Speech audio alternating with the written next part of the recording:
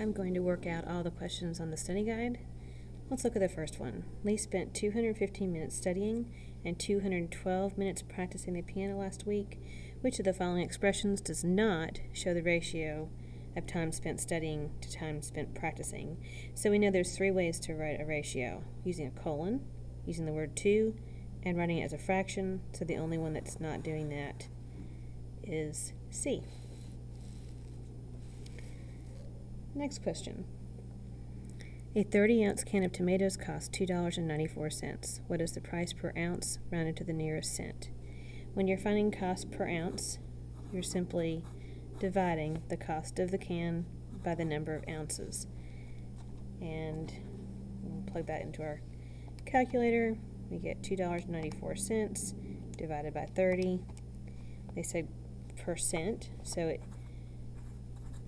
that's what it is written as a decimal, but when we round it so that it looks like money, 9 looks to the 8, it's going to go up, so that would be 10 cents, and B would be our answer.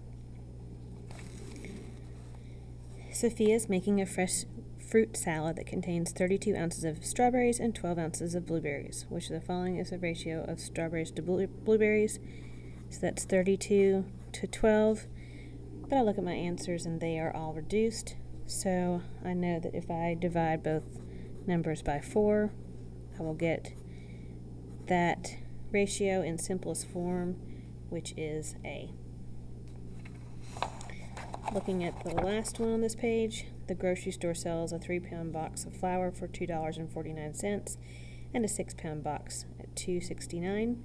Which of the following comparisons to be used to determine which box of the flour costs less per pound? We can't just compare the two costs because they have different amounts in them. So A is right. But to find the cost per ounce, we're going to have to divide by how many ounces are in it, which is exactly what they're doing here. So that's why B is the right answer. Number 5. They want to know which type of container is the best buy.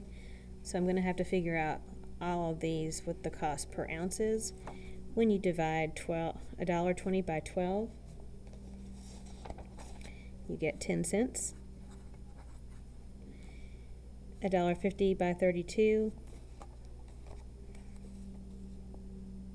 Oh, look at that glare. So you just plug in $1.50 divided by 32. Now, as money, that would round to, and actually with cost per ounce, we don't know if it's going to be really close, so I'm going to round to the thousandths place. So that'd be 4.7. The next one, $2.60 divided by 64. Again, let's round to the thousandths place. Oh, wait. That would make that a 1 because it looks to the 6. And finally, $4.30 divided by 128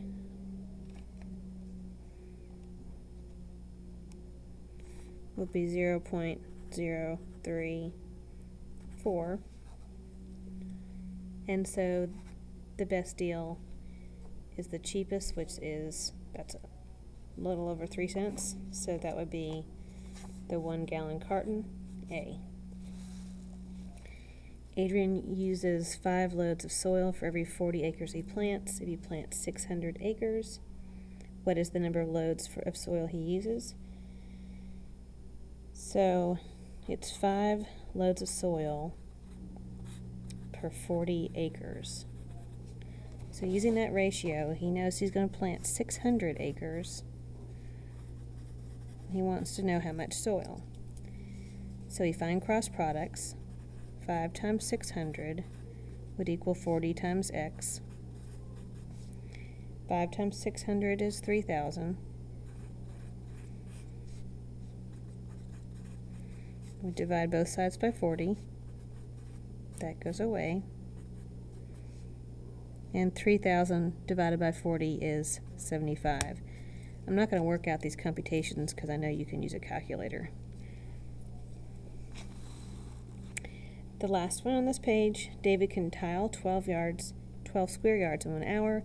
Which of the following should David do to find the number of hours it will take him to tile a flat floor with an area of 60 square yards? So I know his rate is 12 yards per 1 hour.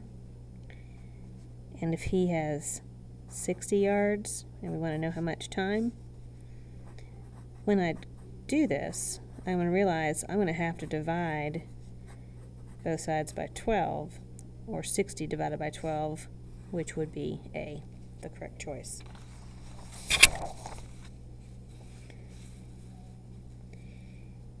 We're going to use the graph to best predict the capacity of 6 mini theaters. So I'm looking at this graph. I can see that it's going up like so. So 6 theaters would give me 660 people. So it would have to be C.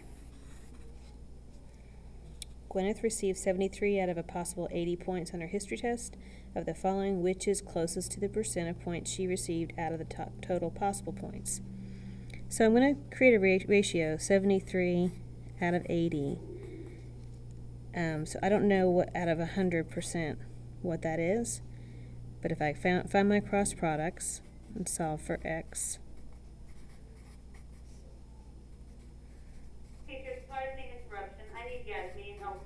and then I'm going to divide by 80, and of course the computation then, 7,300 divided by 80 is 90%.